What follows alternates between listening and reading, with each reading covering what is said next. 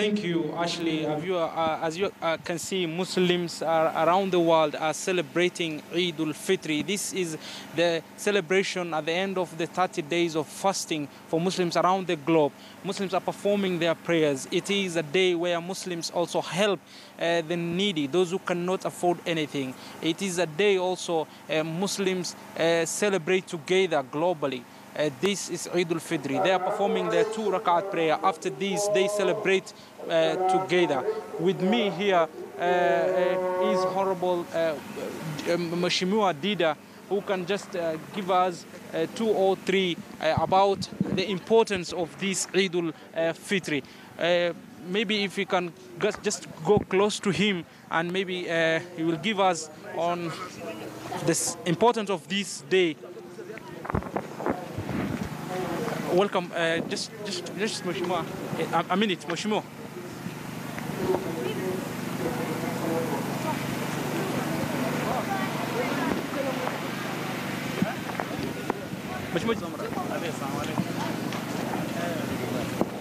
Mheshimiwa, just tell us the importance of this day to the Muslims around the globe.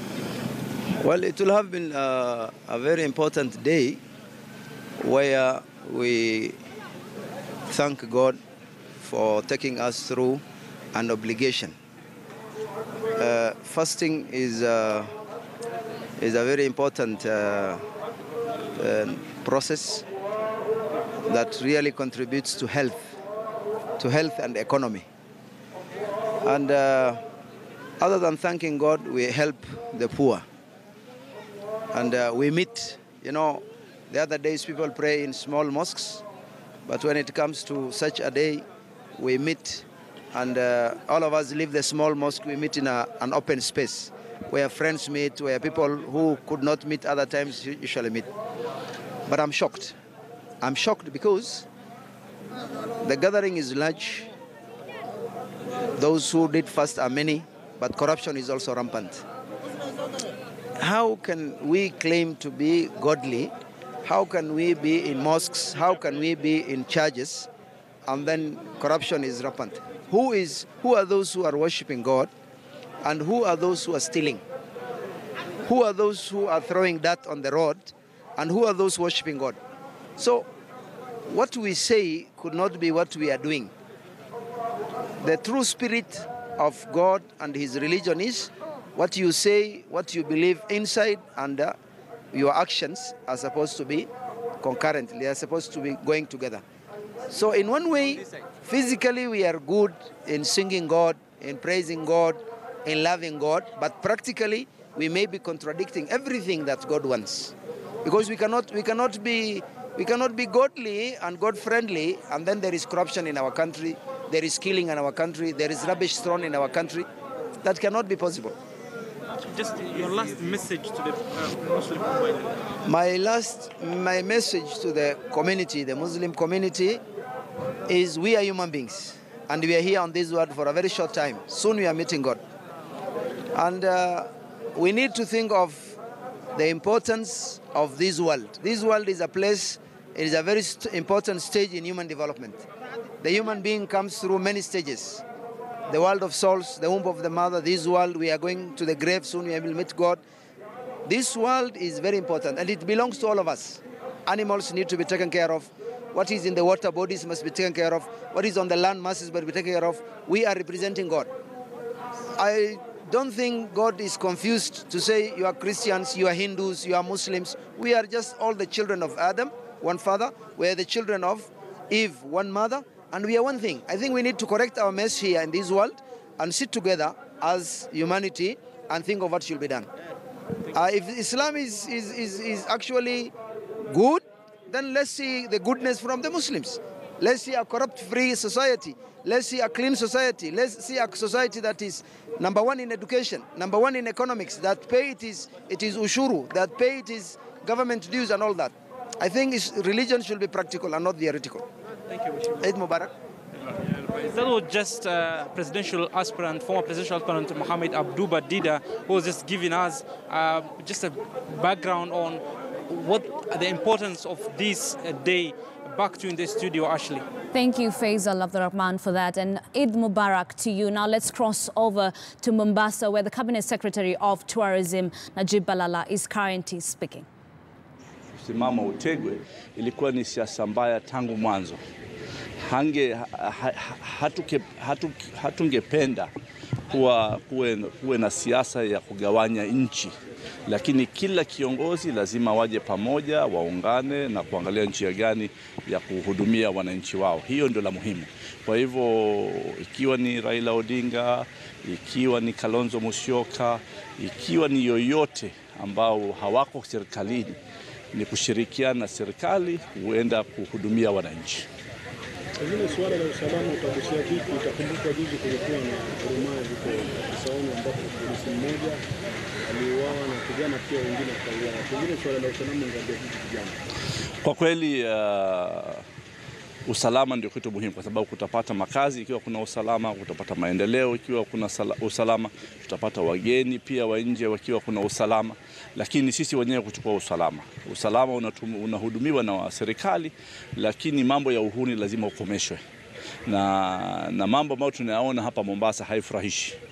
Kwa hivyo serikali itachukua hatua kali kwa wale wana mambo ya uhuni, lakini pia wataangalia kuwa usalama umedumishwa, kwa sababu Mombasa na vitongoji vyake ni pahali muhimu sana kwa mambo yetu ya uchumi, kwa sababu ya bandari, kwa sababu ya utalii, kwa sababu ya biashara.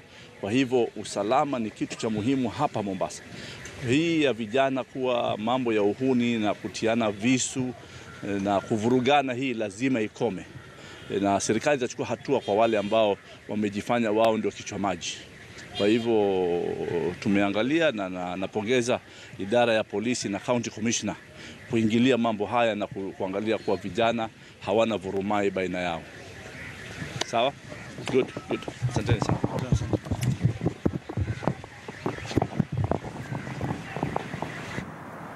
Mombasa Governor Ali Hassan Joho also spoke a few minutes ago. He did say that he is working to unite the country while thanking those who stood with the Muslim community during the holy month of Ramadan. Let's listen in to what he had to say. Shukrani kwa Mwenyezi Mungu kwa kutupatia uwezo wa kufunga mwezi mtukufu wa Ramadhani. Na leo ni siku kubwa sana kwetu sisi, kwa sababu ni siku ambaye tuna celebrate vile kadhi alivyosema kazi ambayo tumefanya mwezi mzima. Muhimu ni kwamba tuombe Mwenyezi Mungu iwe itatakabaliwa yale ambayo tumeyafanya. Amin. Alafu nitoe shukrani pia kwa ndugu zetu wasiokuwa Waislamu, kwa sababu mwezi huu uliopita tumepata a lot of support. You have situations where ndugu yako ambaye si Muislamu yakwambia nafunga na wewe in solidarity. And I'm sure watu wengi wameyaona katika maofisini kwao, majumbani kwao. So ni kutoa shukrani and appreciate kwamba hiyo ni indication kwamba Wakenya sisi tuna umoja. Kitu inaitwa coexistence na cohesion kiko katika nyoyo zetu. So mimi nataka nitoe shukrani na niseme nawatakia Wakenya wote kila laheri, na Mwenyezi Mungu awajaze mema na awaepushe na shari inshallah. So tunashukuru sana. Gavana kuzungumzia umoja jana kwa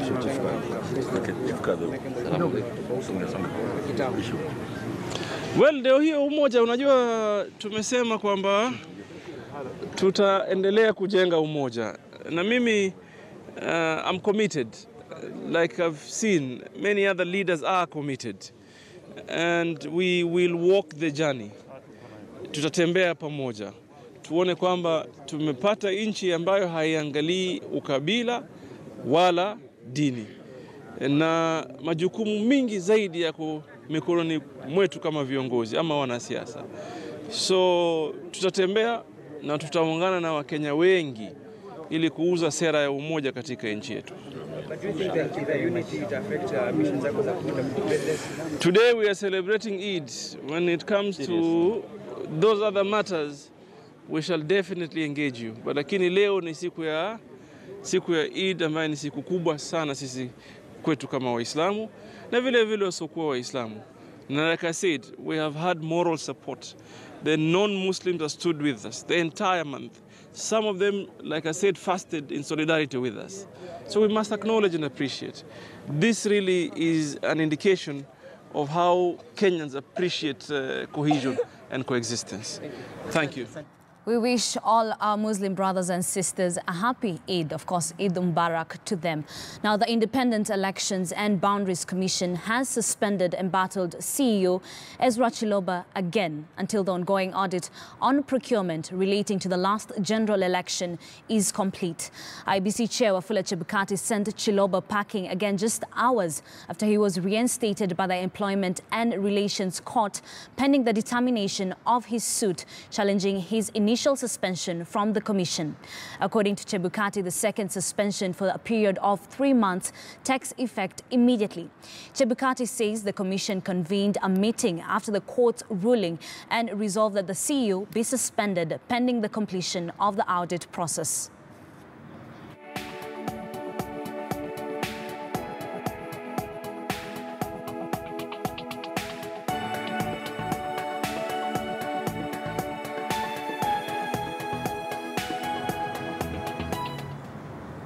Let's now take a look at the contents of that letter that was written by IBC Chair Wafula Chebukati to suspend CEO Ezra Chiloba.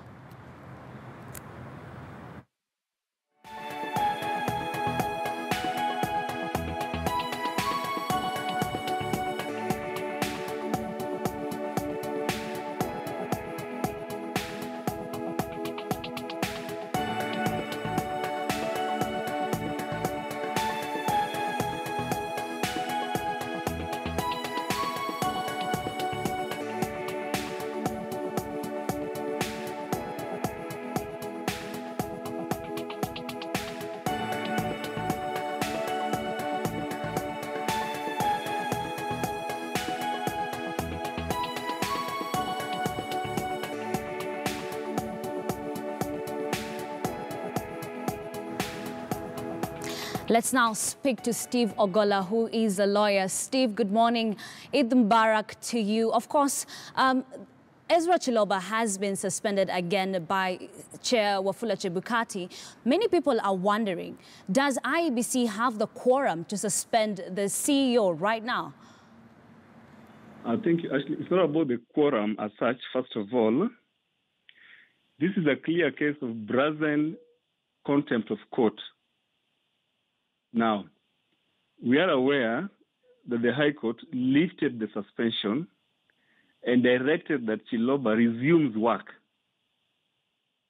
and the audit to continue concurrently. IBC cannot purport, with or without quorum, to sit in review of a judicial determination, because then that would amount to a critical usurpation of powers that it does not have. So Chiloba is not suspended in law.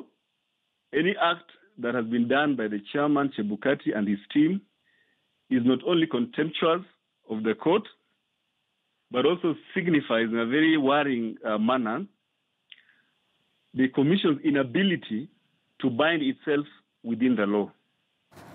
To the question of quorum, we know now the decision to suspend Chiloba was made in plenary. Plenary cannot be convened with just 3 commissioners. So it's going to be an ongoing debate as to whether the subsequent suspension was done by the chairman in excess of his executive powers without the need to consult commissioners. That will be an ongoing debate. But I'm saying that there is no need to even open that debate of quorum, because this is a clear case of brazen disobedience of the court, and it's a very worrying trend coming from a commission that is required to demonstrate that all its actions are founded in the law, actually. Then what other options did Chebukati have in order to just make what he did, of course, suspend the CEO? Chebukati need not look at the options, because now there are no options. What is required to do in law is this: allow Chiloba to resume duties, find a parallel way of ensuring that the audit continues without interference from Chiloba's office. Because for the time that Chiloba has been out of the office, they ought to have secured all that needed to have been secured for the audit. And it's my thinking that the court must have found no justifiable reason in law to continue keeping Chiloba out more than 1 month later, when the audit ought to have been finalized, or at least critical information or files that may be necessary to give us an insight of what may have gone on during the procurement processes ought to have been collected. So this is not a question of whether. It is a question of innovating within the rule that, innovating within the order of the court that says Chiloba resumes work and any other investigation can proceed, while also limiting or closing opportunities for interference, if at all. I don't believe that at this time, Chiloba has the capacity to interfere with any investigation, because for the time that he's been away, they ought to have done which they needed to do, Ashley. So then, from where you stand, of course, we've been seeing wrangles in the IEBC. What do you think is the way forward? The way forward is this. The first issue is the question of the finalization of the audit, which is an internal process by IEBC, and we applaud that. We hope that they do it expeditiously so that Kenyans can know if indeed the processes, the procurement processes, were fraught with fraud and falsification, as Kenyans suspect. So it's very important to bring closure to the procurement processes in the lead up to the last general election. That's number one. Number two is the question of the acrimonious relationship between the commission and the CEO and the staff. IEBC's ability to perform its mandate largely depends on the chairman's ability to provide firm and stable leadership that unites. If this commission is unable to work cohesively, then there will be cause for disbandment of that commission. Number three is the question concerning the replacement of the 4 commissioners that have since resigned. And I think I've stated before that the resignation of Dr. Roslyn Akombe occurred at a time that the law did not permit her replacement, because it was during the time of election, and the Constitution, if you look at Article 134, in terms of what is called temporary incumbency, the president did not have powers to even gazette the vacancy and initiate the process that could lead up to her reappointment, to her replacement. The subsequent resignation by the 3 commissioners, the law on replacement is now in force. Section 5.4 of the IEBC Act, as amended by the Election Laws Amendment Act of 2016, provides as follows: that upon resignation of a commissioner, the president is required within 7 days to gazette that vacancy, and within 14 days to empanel a selection panel, establish a selection panel. Then the selection panel would then invite into applications, conduct interviews, and nominate persons qualified to be appointed as commissioners. There has been a significant violation of the law because of the politics around composition of IEBC. We are aware that MPs have introduced politics into the law on replacement. They were trying to buy time in order to force Chebukati and the other 2 commissioners to resign, thereby reconstituting IEBC afresh. But that was done outside the law. The law as it is that the president is late, as it were, in gazetting the vacancies. He ought to have gazetted the vacancies, and he ought to have appointed the selection panel. The selection panel ought to have called for interviews. After these 4 commissioners have been replaced, nothing stops Kenyans from debating any other reform measures that are needed within the IEBC. But you cannot debate reform measures reconstituting IEBC while there is an ongoing violation of the law. That is the position of the law, as it were, Ashley. All right. Thank you very much, Steve Ogolla, a lawyer, for those insights there on the wrangles that are happening at IEBC. Now, let's take a look at the 2018-2019 budget, which has come with a set of surprises, as Treasury Cabinet Secretary Henry Rotich ensured he intelligently balanced various priorities in Kenya's 3.07 trillion shillings budget, the largest in the country's history since independence. This year's budget sought to go easy on the common man, but opted to raid the middle class's wallets. KTN's Abiagina takes a look at some of the emerging issues in the year's budget. After hours of waiting and heightened speculation, the man of the moment was spotted at exactly 10 minutes past 3. Donning a black suit with a big cheeky smile was 49-year-old Treasury Cabinet Secretary Henry Rotich. Rotich emerged from the corridors of the National Treasury building in hand, holding onto a black briefcase carrying Kenya's 3.07 trillion shilling budget. Immediately after a quick photo session, the CS made his way to Parliament, and without wasting much time, it was down to serious House business. The tax proposals, the intention was actually to support or to provide the necessary incentives for the Big Four agenda to take off. You'll notice that a lot of the tax proposals that we have done is to support or protect manufacturers. Both the East African Custom Management duty that we agreed in Arusha has been designed in a way that we support local manufacturing.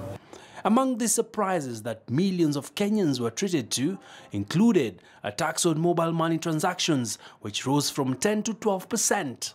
We have also taxed high-valued transactions going through the banks, through the internet banking and other platforms that are used by the banks to send money.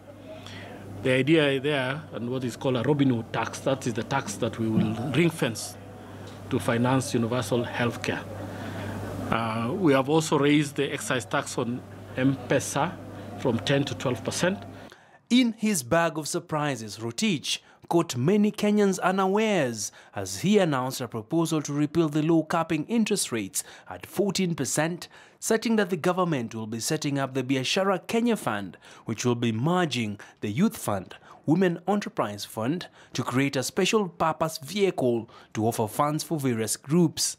Given the challenges that we have seen with the interest rate caps, we have reviewed that and dropped that amendments that was done 2 years ago because we have seen the challenges that have happened. In return, we have put together a package of interventions. National Credit Insurance Scheme, we have also introduced the Kenya Development Bank, we have merged the Biashara Fund, and many other proposals that we have brought forward to you so that we can actually access credit much cheaper. 2 billion shillings, the CS proposed to increase taxes on kerosene to deter fuel adulteration and promote the use of cooking gas. Car importers were not spared either in Rotich's budget. Importers of cars above 3,000cc engine capacity will pay 30% import duty as the government reins in on the big cats. We have introduced, to make that tax more progressive, we have introduced a 30% tax for cars which are over 2,500 cc's so that we can achieve some progressivity on the excise tax. Despite taking on a delicate balancing act, Rotich reaffirmed that Kenya's economy remained resilient and the government was banking on infrastructure to provide the much-needed economic stimulus. Abiagina, KTN News. The 2018-2019 budget outlines what the government plans to do to help implement President Uhuru Kenyatta's Big Four agenda. Treasury has allocated 460 billion shillings towards the food, health, housing and manufacturing sectors. But you may have to help fund part of President Uhuru's Big Four agenda through tax on mobile money and bank-to-bank money transfer. Rita Tinina reports. Serving his second and final term, Uhuru Muigai Kenyatta is out to leave a legacy and has it all figured out in his vision for the country, his Big Four agenda, which seeks to enhance food security, realize universal health care and affordable housing, and spur manufacturing. GDP and transfers to county governments. But But several things may stand in the way of his ambitious dream becoming a reality, among them legislation and money. Mr. Speaker, we acknowledge the limited budgetary space to implement the Big Four plan. To enhance food security and nutrition for all Kenyans by the year 2022, I have allocated 1.4 billion for strategic food reserves, 1.9 billion for Kenya Cereal Enhancement Program, and 0.5 billion for mechanization of agriculture, and 900 million for crop diversification. Towards realizing universal health care, I have allocated 2 billion to free primary health care, 800 million for health insurance subsidy program, and 2.5 billion for rollout of universal health coverage. We have provided a total of 13.7 billion to further support the free maternal health care program. And you may have to help fund Uhuru's healthcare vision. I propose to introduce a Robin Hood tax of 0.05% of any amount of 500,000 shillings or more transferred through banks and other financial institutions. In addition, I have increased excise duty fee charged on money transfer services by cellular phone service providers from 10% to 12%. The revenue realized from these measures shall be used to fund universal health care.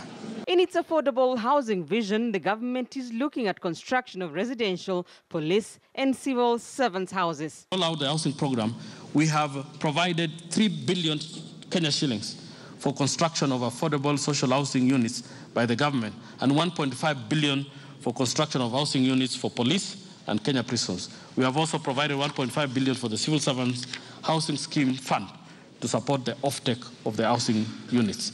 To spur manufacturing, the government is proposing, among other things, to increase duty on steel, iron ore, textile, footwear, vegetable oil, and exemption of VAT on parts locally purchased or imported for the assembly of computers. To protect the timber and furniture industry from proliferation of cheap timber products and to enhance the local production, I have introduced a specific rate of duty of $110 per metric tons on particle board. The Big Four agenda will not be easy to implement, and the 2018-2019 budget will make all the difference in just how Uhuru's legacy vision is kick-started. Rita Tinina, KTN News. Let's remain with the intrigues of that 3 trillion budget with some highlights of the Kadogo economy, which has for long defined Kenya's low income. Jubilee has promised to create more jobs in the 2018-2019 fiscal year, a promise it made to Kenyans in 2013 and one that has seen minimal, if any, success for the last 5 years. To the contrary, there has been a constant and steady increase in the rate of unemployment among Kenyans. Tuamtaa kama sisi, hatuna kazi wengi wao, kuna ma single mothers, kuna watu wajiwezi. Sasa the more wanapandisha budget, tunataka tuishiaje kwa hii Kenya.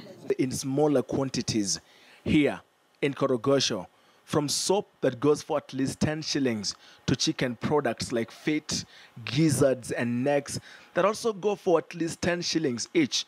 Locals like Consolata Awor, who has 6 children, are struggling to survive with a constrained economy. Watu wanakula sana juu hii orenge ndio ina bei rahisi. Hatuwezi kufikia kukula kuku yenyewe. Sasa sisi tunafika tu kukula hii juu ya shida.